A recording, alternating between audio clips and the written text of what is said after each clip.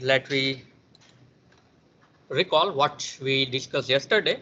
So yesterday we were at the efficient portfolio theory that is proposed by the Markowitz in 1952 in Journal of Finance, and there are so many modifications done after that, but that was the pioneer work. So let me understand the basics of this theory, and then we are here to find the efficient portfolio and then efficient frontier. Okay, so which kind of portfolio we say an efficient portfolio, that is very important when we are working as a portfolio analyst or portfolio manager, right? So yesterday we discussed that we need certain statistical inputs to find the efficient portfolio or to do the portfolio analysis. Basically, portfolio analysis is nothing but it's a mathematical algorithm, right? And today we derive the minimum variance portfolio and the efficient frontier, if time permits, that also we derive. Okay. So the expected rate of return ER for each investment candidate means for each and every security, whether it is a stock or bond, right? We have now seen the stock and bond both. So whether any security is there, the expected rate of return is the statistical input which we require for every security. Then the risk of the each security in terms of the standard deviation sigma or in terms of the variance sigma square. So remember, standard deviation sigma or sigma square variance, right? That required for each security, and not only the risk and return, but the correlation coefficient rho between all pairs of investment candidates. So yesterday we have seen the correlation matrix or covariance matrix sigma, right? So we need a correlation between security I and J. Every I security has some correlation with J. So that correlation coefficient or covariance, that information we must require, right? Then and then only we can do the portfolio analysis. How to find these all values, that we have seen in the previous lectures. You can use the historical data, and practically we will see that in the subsequent lab sessions, right? So we need to take this forward in the laboratories also. Now from this we are finding the efficient portfolio, means efficient investment. So what actually we are finding? We are finding the portfolio weights, means weight for each security W1, W2, W3, and we have seen that the sigma of all W is equal to 1, and if short selling is not allowed, all weights can range from 0 to 1, right? They cannot be negative or cannot be greater than 1, but if short selling is allowed, they can be negative or greater than 1. Mostly we restrict our discussion to the case where short selling is not allowed. Okay. So what is efficient investment or efficient portfolio? Here, more return than any other investment in its risk class. So for a given risk, right, the return must be highest. That is called the efficient investment. Okay. So if we know this much is risk, then if particular portfolio giving, there are two portfolios for a particular risk, one is giving 10% return, another is 8% return. So 10% return portfolio with the same risk, that is with the 8% return portfolio, right, is an efficient. Okay. So here it is the, you can say an efficient portfolio is that portfolio which gives you highest return for a given risk. We can say it gives the highest return for a given risk, or in otherwise we can say if we have specified return, if we have specified the return. So for the given return, it has a least risk, right? It has a least risk. Say 10% return is specified. So there are two portfolios. One has 5% risk, another has 8% risk. So 5% risk portfolio is more preferable and it is efficient. So this is called the efficient investment or efficient portfolio. Okay, and these investments are said to be Markowitz efficient. So here efficient is not mean 100% efficiency or there is no risk. It is in terms of the Markowitz efficient portfolio, right? For given return, least risk, or for a given risk, highest return. That is the definition of the efficient portfolio. Okay, I hope you understand it. Now, slowly we moving towards deriving this efficient portfolio. But before that, we have to see certain concepts. Let I maximize this. So we have to first refer to the feasible set or opportunity set. That is all possible investment, all possible portfolios, right? If you have selected say n securities to frame a portfolio, right? The security selection itself is a big issue that we will discuss in the subsequent units, right? Here we are not going for individual securities. We are here doing the portfolio analysis. So let we have n number of security in our portfolio, right? So by using a different weight combination, say I have two securities, so I can use 0.2, 0.8, 0.8, 0.2, or 0.1, 0.9, 0.4, 0.6, 0.5, 0.5, any combination of weights I can use, right? Which is the best, which is the optimum, right? That we need to know. Okay. So first of all, we study the opportunity set or feasible set. Here, opportunity set means all possible portfolio. So it is a set of all possible portfolios formed from a group of n securities, and we specify this opportunity set in a plane which is called the sigma ER space, right? So here we plot it in the plane. Let I hide this. Let me see whether we can hide it or not, so that the full slide is visible.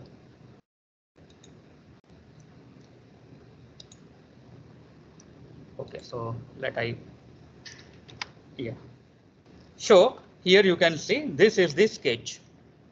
This is the sketch for opportunity set. So x-axis is a sigma and y-axis is an E of R. Where it is sigma, it is a standard deviation.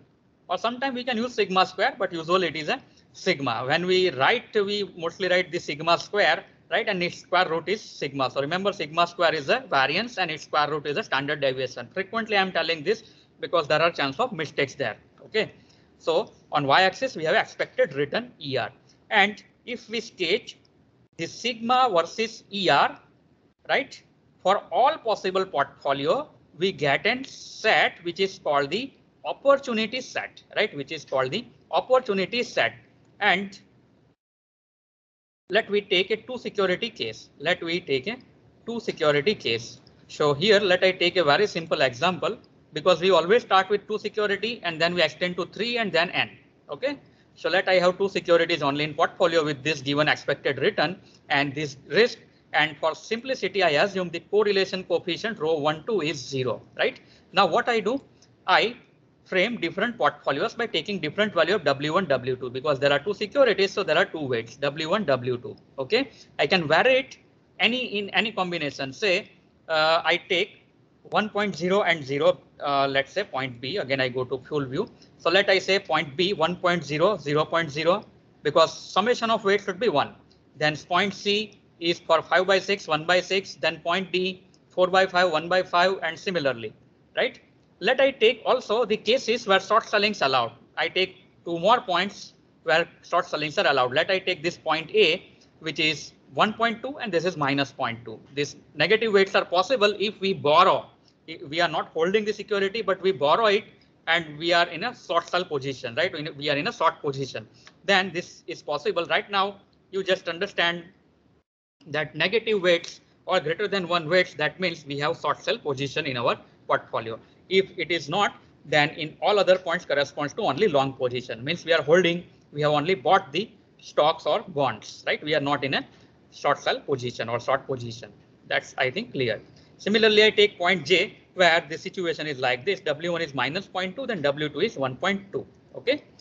And by doing this, I will find the expected return of portfolio E of RP, or it is written here mu P. You can write mu P or E of RP. It's very simple. W1 into E of R1 plus W2 into E of R2. So E of R1 is known, E of R2 is known, so you can find it. Similarly, I am finding the sigma P square equal to W1 square sigma 1 square plus W2 square sigma 2 square plus twice W1 W2 into sigma 1 2. Now rho 1 2 is 0, so sigma 1 2 is 0. So here it's a very simple case.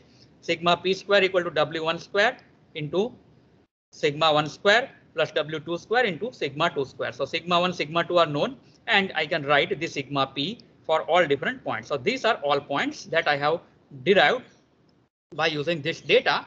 These are the simple data that I have given. I am using the equations which we have seen previously for return and for the risk. And now I will sketch all this A, B, C, D, E, F, G, H, I, J points on the sigma ER plane, right? And I join all these points because there are some portfolios in between. These are discrete points, and I have some portfolio because it can be any value. So I join all these points and I get this curve, right? This looks like either parabola or hyperbola. Later on, we will see it's a parabola or hyperbola. So it looks like this.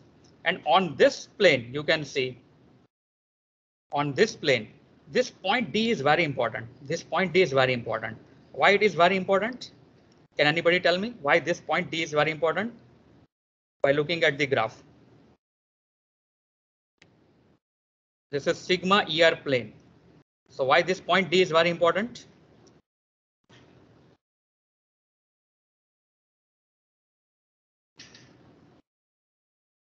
Can anybody tell me?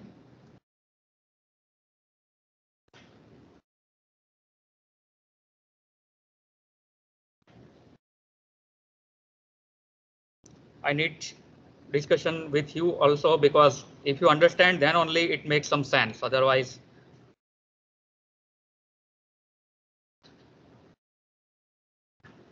why this point D is very important?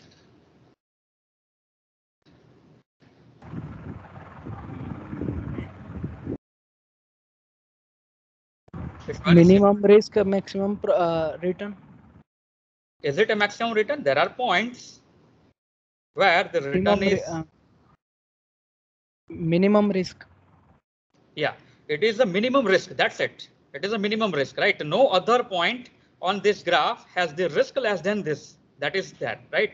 So this particular point is called MVP, minimum variance portfolio. It is at minimum risk. I am not saying that it is at highest return, right? It is at minimum risk. It is at minimum risk. No other point on this graph is at risk lower than this. That is there, right? And it is also vertex of this graph. Whether it's a hyperbola or parabola, we will see later on. It is vertex of this graph. OK, so this point is called MVP, minimum variance portfolio. So if I select the weights corresponds to this point D, in this case it is 4/5, 1/5. I am on the least risk. I am on the least risk. The return may be lower than other point, but that is my optimum point. Actually, that is my optimum point. I am on a least risk, right? And there is a possibility of getting this return, right? There is a possibility of getting moderate return, but I am on the least risk. And in any investment which are having a risky security, there is a principle: high risk then high return, and it follows this, right? This all the points above this point D follows this philosophy: high risk, high return, right? But point D is at the minimum risk, but it provides return. So that point is called the minimum variance portfolio, where the variance or risk is minimum. Also, you can see the points below this D. What are these points? Is they follow the philosophy of the high risk, high return? No. No, right? So the points above this D are very important. So point D is important, and points above this point D are very important. Later on, we will see they are called efficient frontiers.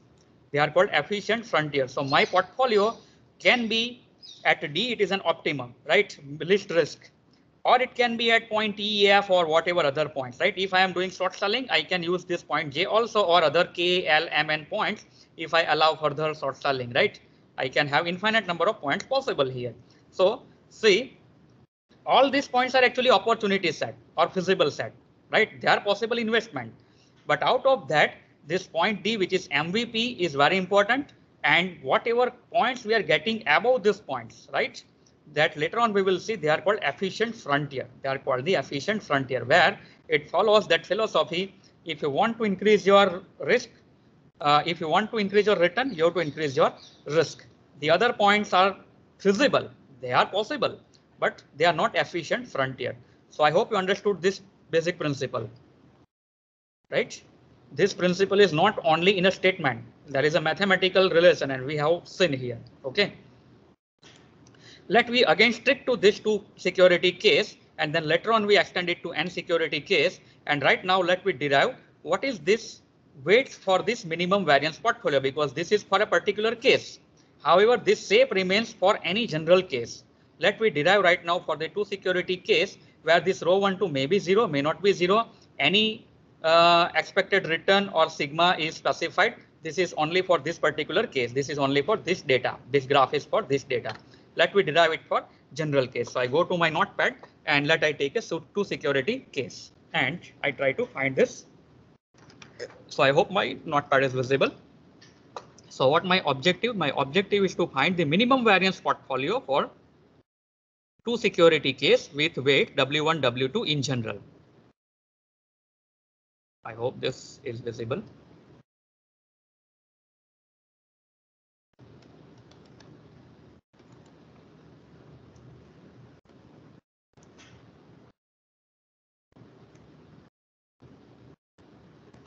We are finding the MVP, which is minimum variance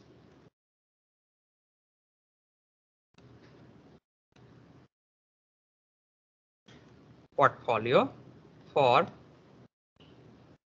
two security case.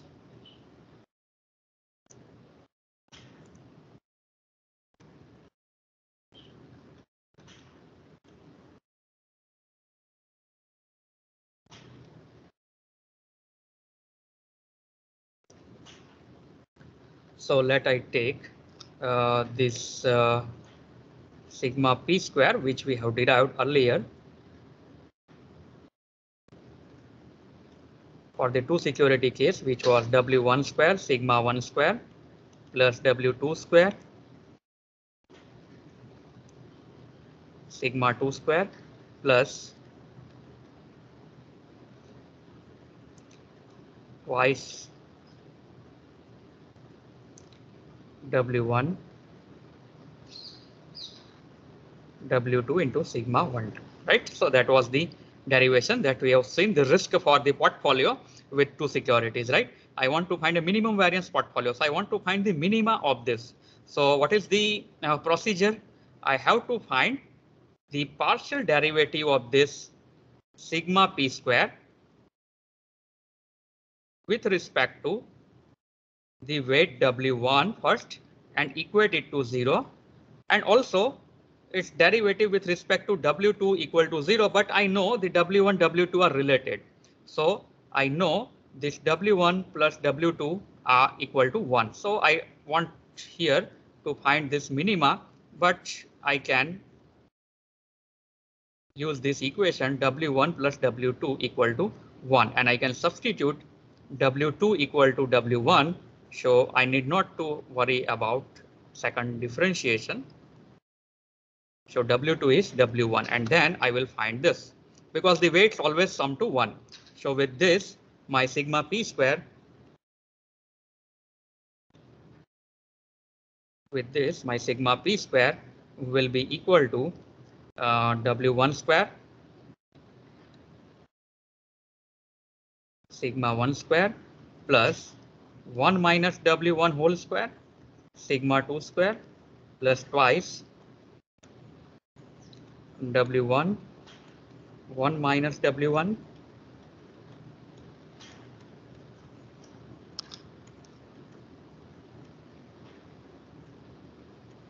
into sigma 1 2. So that's the now there. So I can do a derivative of this. It is a partial derivative or full derivative. Only one variable is there. So this is a very simple case. Now I equate it to 0 to find the minima of this, right? So this is actually an optimization problem. We are finding minima. You do this differentiation. I directly use the result to save a time. By doing this, you get the value of W1 is equal to, I'm directly write the result. You get the result equal to sigma 2 square minus sigma 1 2 divided by sigma 1 square plus sigma 2 square minus twice sigma 1 2. So that's what we get for W2 W1, and similarly for W2, which is 1 minus W1, you get sigma 1 square minus sigma 1 2 divided by same thing in a denominator, that is sigma 1 square plus sigma 2 square plus sorry minus, so that required the eraser.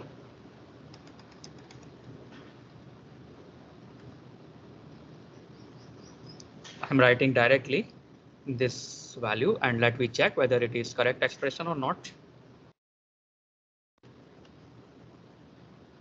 Sigma 1 2. So referring to my slide, this derivation Yeah, so it is sigma 2 square minus sigma 1 2 divided by sigma 1 square plus sigma 2 square minus 2 sigma 1 2, and similarly W2 is sigma 1 square minus sigma 1 2 divided by sigma 1 square plus sigma 2 square minus twice sigma 1 2. And by referring to this, you can see we can derive these weights or weight vector.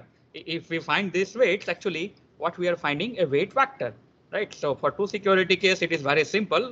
Last lecture we have seen this notation. Now it is required to remember these notations, right? So actually we are finding this weight vector, which is very important. So W1, W2 transpose, right? When we say vector, they are column vectors. So when we write in a row form, it should be written with the transpose sign. OK, so we are finding this, and this corresponds to this point D. So if I know the individual returns, individual risk and the covariance, I can find the W1, W2 for two security case. Now let me extend it for the n security case. Now when we find minima, only finding first differentiation is not sufficient. We need to also check the sign of the second derivative. So actually you need to take the second derivative of this. That means you have to find the del square sigma p square by del W1 square, and for minima it should be greater than 0. That you can do, just check it, right? You can do it and you will find this. I am skipping it. You will find these quantities which always gives you positive number. It will be in some square form, so it will be always in a positive form. So that's always there. So I am not going to this derivative. So you can also check the sign of the second derivative. That guarantees that there is a minima at this point, right? This is an optimization problem, right? Hope you recall this maxima and minima kind of problems that you have seen in application of derivatives. All right. So this way we can find it. Now let me extend it for n security case. So let I again go to this full screen. Yeah, now it's the full screen is there. So far if you not got anything, you can tell me. Then we extend it for n security case without short selling and then with short selling.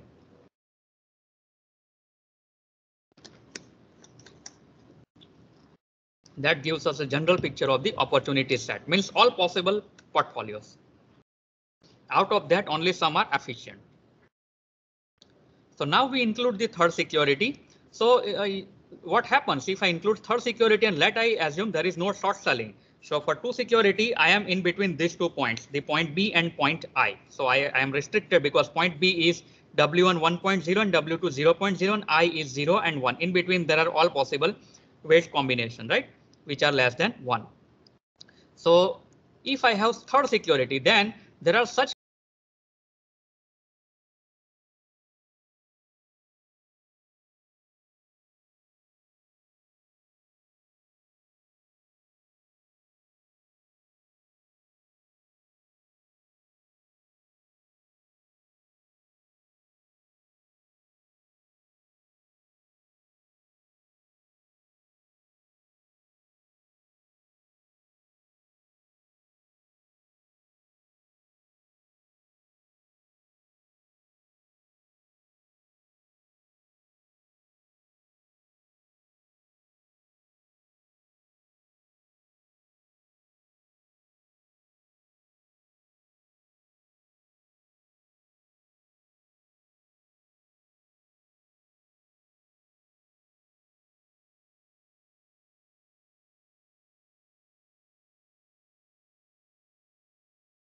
house, right, which are joined like this. And in between, the points represent the mixture of all these W's, right? Mixture of all this W in my portfolio. And this is the boundary. These are all the boundary points. These all are the boundary point. So all points on the boundary or all points inside this particular region, they are called the opportunity set. These are called the opportunity set. So opportunity set formed from n security without short selling, we have seen here in this figure, right? So it is like this. We have just extended our discussion of the two security to the n security without short selling right now. OK. And if I want to find MVP point, you can see in every graph there is one MVP point. What's the possibility? If I have three security case, then I have to do partial derivative del sigma p square by del W1 equal to 0 and del sigma p square by del W2 equal to 0 and W3 equal to 1 minus W1 minus W2. So you can use this philosophy that we have used for 2 security, and I can get MVP point. Similarly, you can proceed for n security case. OK, later on we derive MVP for in general n security case using vector notation or matrix notation, right? So you can see all possible portfolios that could be formed from this n securities lie either on or within the boundary of the opportunity set, right? Now I allow this short selling. What happens to this graph? Just tell me what happens to this graph if I allow short selling. If you refer to 2 security, it will extend on this side, it will extend on this side and go towards, you can say, any number of points after these I points are possible, and this will be extended, right, for infinity, right? So if I do this, then all these curves are extended for infinity, right? All these curves will be get extended for infinity. So there is no such closure. So actually this graph is having shape like scalloped quarter moon shape, where short selling not allowed. You can see this graph is like scalloped quarter moon shape. I hope you recollect this term, right? Quarter moon. So scalloped quarter moon shape. So it is like this. But when I allow this short selling, this particular thing will get open, and all points inside this curve as well as on this curve are my opportunity set now if I allow this short selling, because practically there is a short selling possible. Traders are doing frequent short selling. So in portfolio, there may be some long position and short position. When we later on see this, it will be much more clear. But right now you just imagine, right? You are not having any security, but still you are able to sell it. That is called short selling. OK. I want to clear one thing. Is there any doubt about short selling? Have you heard this thing?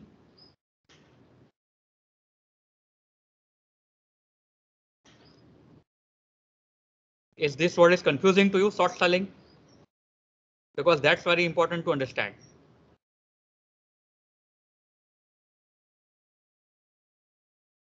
So I hope that it is understandable to all, right?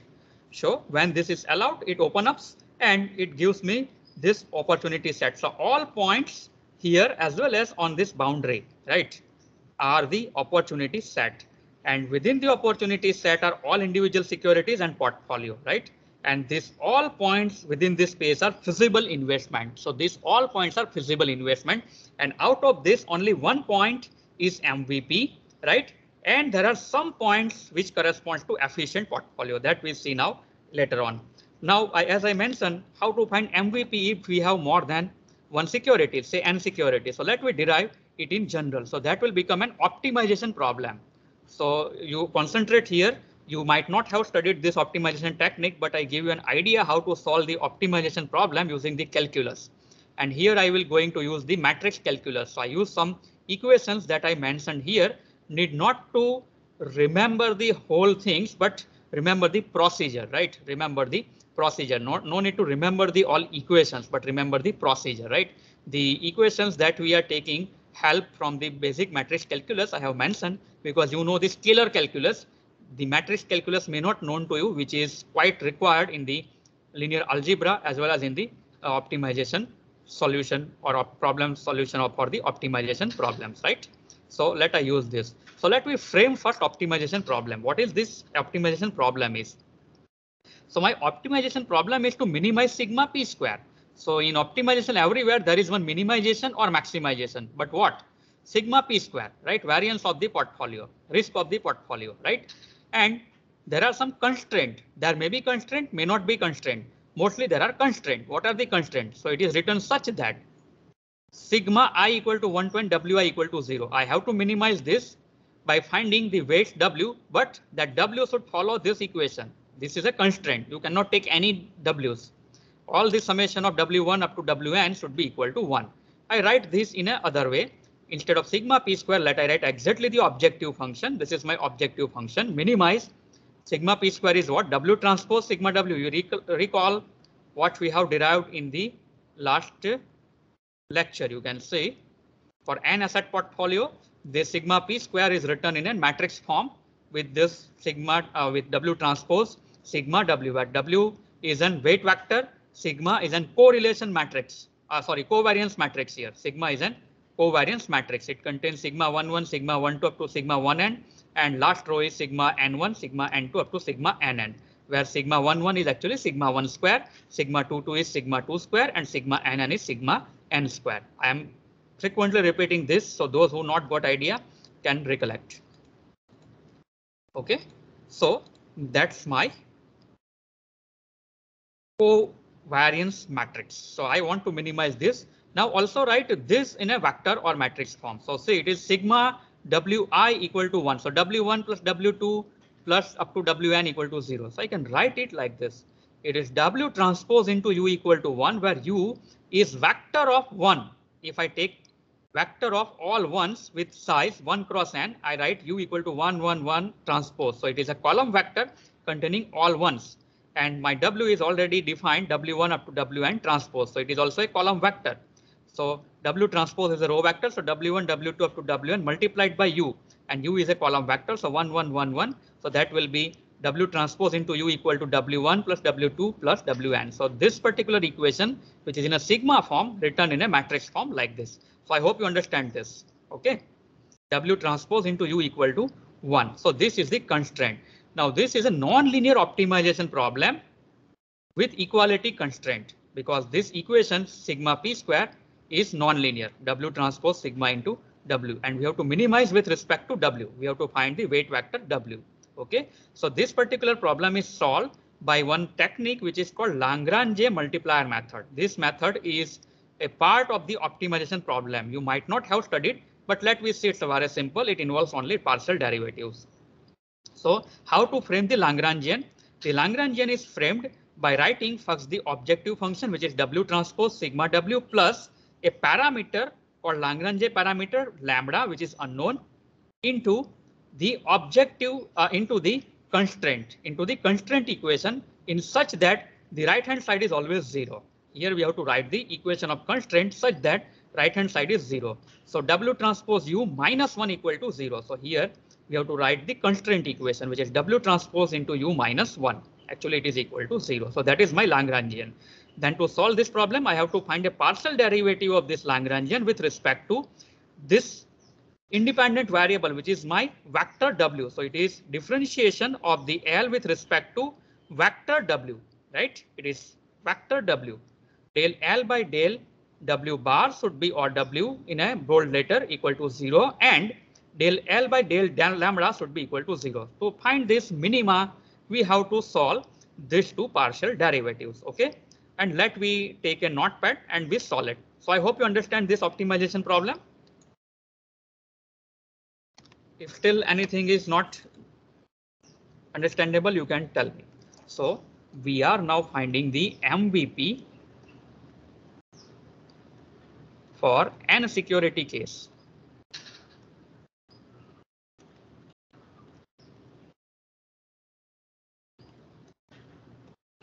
And I am using this generalized equation. So I have an optimization problem, minimize. I am writing the w transpose sigma w. I am always writing bar sign on vector because I cannot write the bold letters here, right? So in a slide, it is in a bold letter, such that w transpose u equal to 1, or I'll write w transpose u minus 1 equal to 0 in a better way. So I frame and Lagrangian L, which is w transpose sigma w plus lambda into the equation of the constraint with right hand side equal to 0. So that equation is w transpose u minus 1. So that is my Lagrangian. Then I solve this particular and equate it to 0. So del L by del w bar. Now it should be differentiated with respect to w bar. So I take the help of this matrix algebra. You can see if I have this term d by dx bar of x transpose ax bar, where A is some matrix and x is a vector. So it is same term here, w transpose sigma w. Sigma is a matrix, covariance matrix. So that gives me A plus A transpose x bar. So in my case, what I get? In my case, what I get? Sigma plus sigma transpose into w bar, right? Plus lambda. Lambda is a constant. And now I have w transpose u. So you can take an help of this. if I have d by dx bar of A transpose x, then you will get A. Now instead of this x, I have W transpose, and instead of A transpose, I have vector U. So it is one of the same thing. It is one of the same thing. So here I get the constant A that is multiplied with my vector x. So here what I will get? I will get a constant U. So here I will get constant U. So it is one of the same thing. So I get here the constant U, which is in a vector. It is a vector constant, right? Not a scalar. So I hope you understood this, and that part is equal to 0. But now we know this matrix is a symmetric matrix. You earlier discussed that. So in a symmetric matrix, its transpose is equal to the matrix. So it is twice sigma, because this I am writing for clarity. This is a symmetric matrix. You can recall. This sigma is a symmetric matrix. So it is twice sigma W transpose plus lambda U bar equal to 0. And from this, I get the W. Rather, my lambda is unknown here. So let I say what will be my lambda is equal to, or let I write in terms of W, that will be easier. So let I take eraser. So then from this, what I get? W. Now see the difference in the scalar and vector quantities, right? So that should be always be there. So W bar is equal to, on this side there will be minus lambda by 2. These both are scalar quantity. I can take it outside. When sigma will go on this side, it becomes sigma inverse. It is a matrix and multiplied by this vector U. So from this equation, I get this W. Still my lambda is unknown. Let I try to remove it by using the second derivative. That is del L by del lambda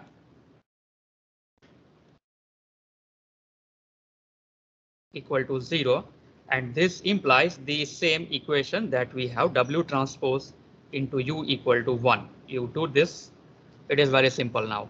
See, it is L, this not involve any lambda, so the differentiation of this term is 0. This only involve lambda, but it's an first order. So whatever be the differentiation with respect to lambda, only this term will left out, W transpose into U minus 1, and that is 0. So it will give me same equation that we have actually equality constraint. Now I substitute my value of W from this equation here. So just a minute.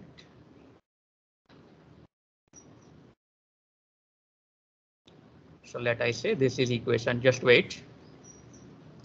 Let I say this is equation number 2. Now I have to substitute here W. So what is W? It is minus lambda by 2, which is a scalar. I can take it outside, and then it is sigma 1 inverse and multiplied by U vector transpose into U equal to 1. This minus lambda by 2 is a scalar, which I can take outside. I want to find the lambda. So let I say minus lambda by 2 is equal to 1 divided by this thing, which is a sigma inverse into U vector transpose into U. Now I use the property of the transpose of the matrix. So I have two matrix, sigma inverse multiplied by U bar and whole transpose. So you recall this rule. If you do this, you get here it is U transpose into sigma inverse. So you can recollect this property of the transpose. So A into B whole transpose, it is like this. So you will get this U transpose into sigma inverse U. So that is my lambda by 2. And let I call this as equation number 3.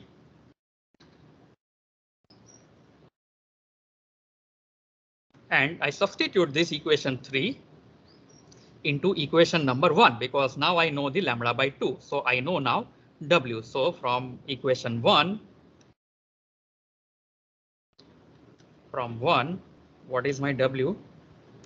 Equal to lambda by 2. I am substituting, it is 1 by U transpose sigma inverse U. So only I have sigma inverse U on the numerator. So sigma inverse into U divided by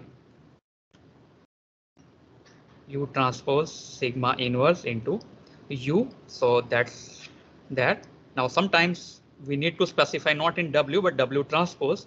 So if we need to specify in terms of W transpose, we can also specify like this W transpose.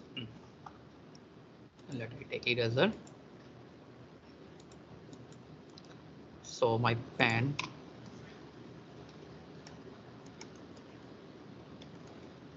So W transpose is equal to transpose of whole.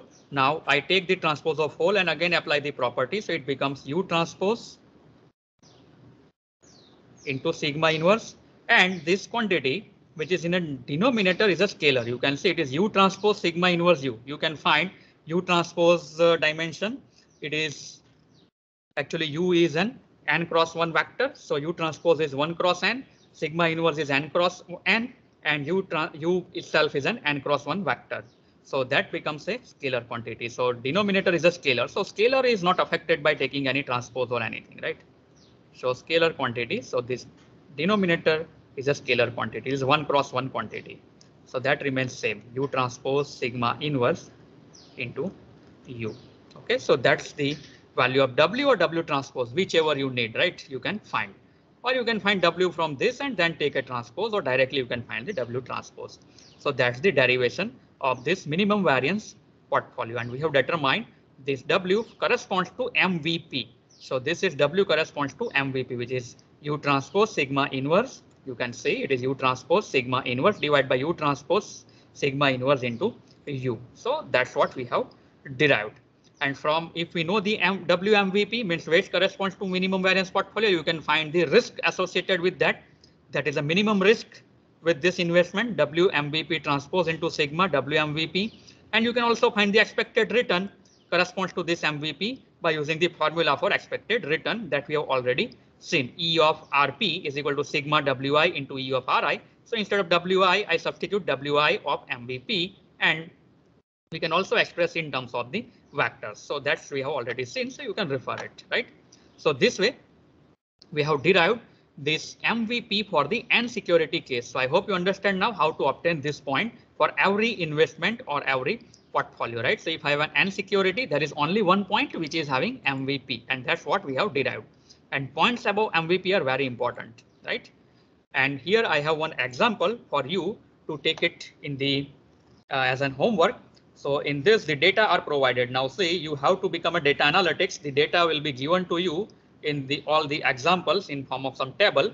So I have now 3 investment in 3 companies.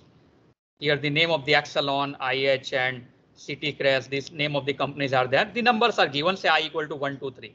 We not bother about name of the company, rather we have disclosure not to write any name of the company. Let we write it as a security number 1, 2, 3. So later on, I will delete the names of the company. We are not interested in any particular company in the education. So I have invested in this 1, 2, 3 company. Let weights are W1, W2, W3. The expected return is this. The variance means risk associated with each is this, and covariance means covariance between company 1 and 2 is this, company 2 and 3 is this, and company 1 and 3 is this. So this all data are derived from the historical values of the stock price of this, right? Later on, when we do practical, we use this data. We first derive this all this value from historical data, and then we use it. OK. So I have to find the MVP and corresponding risk and expected return. So it's a 3 security case. You can proceed in a 2 way. First of all, you can find expected return of portfolio because you know the expected return of every security by using the same formula W1 ER1 plus W2 ER2 plus W3 ER3. And then to find the portfolio risk, you can use sigma P square, which is equal to W1 square sigma 11 plus W2 square sigma 22 plus W3 square sigma 33 plus twice W1 W2 sigma 12, twice W1 W3 sigma 13, twice W2 W3 sigma 23. This we have seen in the last lecture. Then you can substitute W3 equal to 1 minus W1 minus W2 because weights will sum to 1. So you can substitute for W3.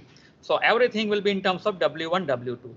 Then you differentiate this del sigma P square with respect to W1. So del sigma P square by del W1 you obtain and equate it to 0. Similarly, del sigma P square by del W2 equate it to 0. And from that you can obtain the expression for W1, W2 by substituting all the values given.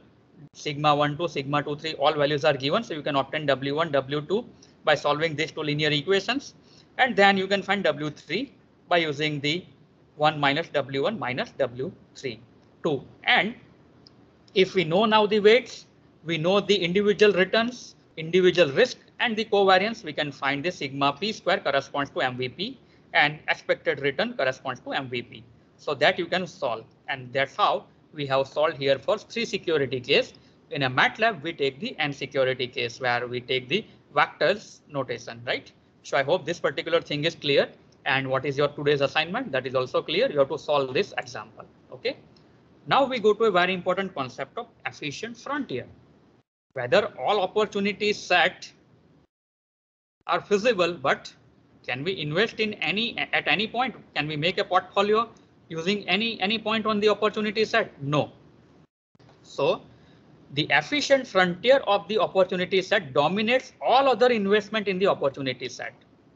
And they are Markowitz efficient. Markowitz efficient means these particular points provide the highest return for the given risk, or they provide the least risk for the given return.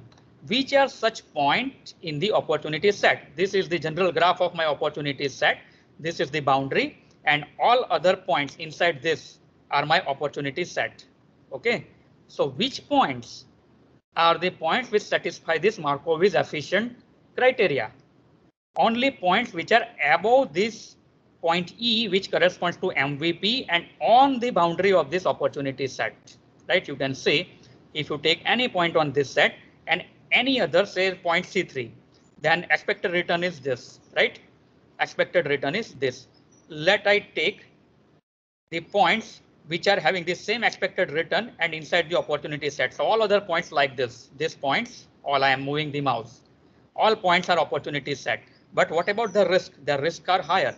Only this particular point is at least risk with the given return. Similarly, this particular point E is obviously at the least risk, right? It is at the least risk with this return, right?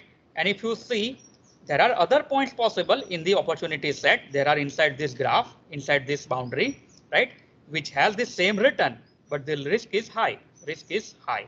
Also, there are points below this graph, which has the lower return for the same given risk. You can see C3, if I project it like this, so there are 2 points on this curve which has the same risk, but the return on this point is high. So only these particular points are called efficient frontier between this point E and F. So we are interested only in the efficient frontier. OK, so upper left quadrant between points E and F in the figure is the efficient frontier of the opportunity set. And it is comprised of efficient portfolios. Our portfolio is efficient only if it is falling in this particular range. If my point is in this range, then only it is efficient. OK, so efficient frontier of the opportunity set dominates all other portfolio in the opportunity set. It dominates because they are efficient. Markowitz efficient. They provide the highest return for given risk, and they provide the least risk for given return. OK, so there is an efficient frontier theorem which states that the optimal portfolio for a risk-averse investor will be located on efficient frontier, because most investors are risk-averse. Can anybody tell me what is meaning of risk-averse investor? This is very common term in the financial markets. What's the meaning of risk-averse investor?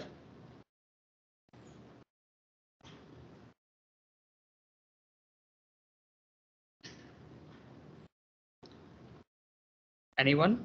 What is meaning of risk-averse investor?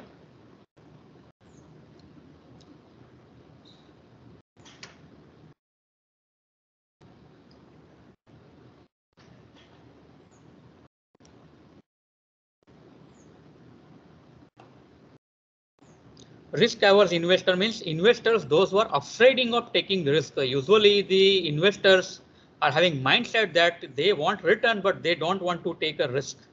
So for them, the portfolio should be like this. The portfolio must be like this. It is the optimal portfolio for a risk-averse investor, and it is should be located on any point on the efficient frontier, right? and only one point is minimum variance portfolio. However, the written for that point is the minimum for the efficient on the all compared to all points on the efficient frontier, right? So that's that. I hope this thing is clear.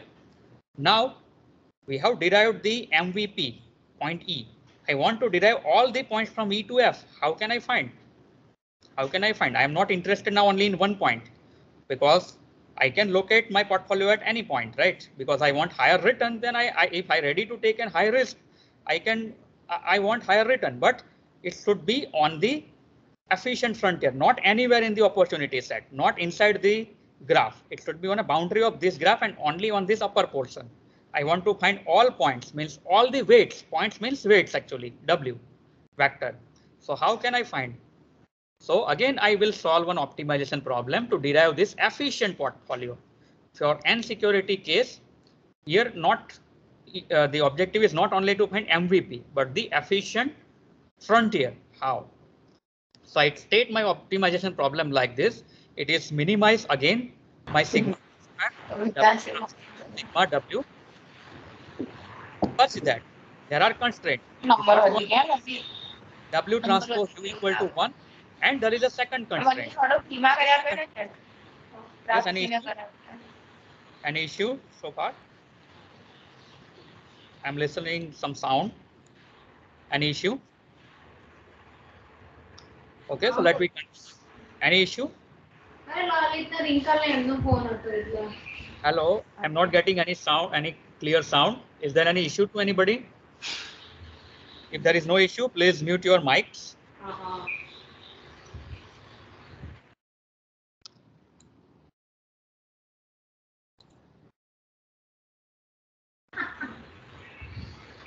I have muted all, right? If you have any issue, you particularly turn on the mic and tell me, right? Okay, so let me complete this discussion. Now I have to solve again the same optimization problem with the same objective function. The first constraint is same, the weight should be sum to 1, and there is a second constraint now. Second constraint means I have some expected value of the return from portfolio. So I specified some ERP. So I specified some ERP, right? And for that, I want to find what is the weight. So now my ERP is not only this point, it can be anywhere on this point. So I'm specifying some expected return from portfolio, which is actually this ERP. If you recall, it is W1 into ER1 plus W2 into ER2 and so on. So it is W transpose into E. So my ERP is a constant which is specified. So I specified some return, and for that return, it is not this point only. I specify any return, and for that return, I want to know the weight vector, which gives me the efficient portfolio. So this is my optimization problem. Again, I use the Lagrangian L, which is objective function W transpose sigma W plus. Now there are two constraints, two equality constraints. So I use lambda 1 W transpose U minus 1 plus lambda 2 W transpose E minus ERP, right? So I use this. Now solution is by same method. Del L by del W bar equal to 0. Del L by del delta 1 is 0. Lambda 1 equal to 0. Del L by del lambda 2 equal to 0. You can do this manually, right? I am not taking this. It is very similar what I explained earlier.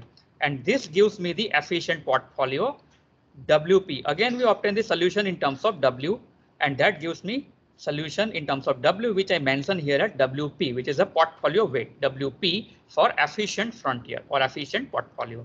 And that is generalized like this. It is G vector G plus ERP into H. So if you analyze this, you get this equation where this vector G is in terms of this sigma U and some other parameters A, B, C, D, which I have mentioned here. These all parameters are in terms of U and sigma and E. So there are three vectors: sigma, covariance matrix, U vector of all ones, and E, which is a vector of returns of individual security. So this is a third thing that comes in picture here, because now return is also there. Okay, so it's actually this equation WP equal to G plus ERP into H, where G and H are some vectors that depending on this U and sigma and E.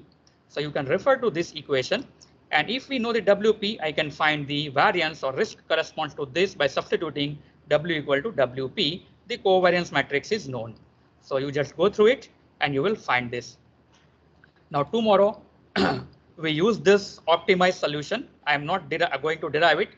I am not expecting anyone to derive it. OK, you just try to derive it by clearing your procedure. But in exam, I am not expecting it. We use these equations.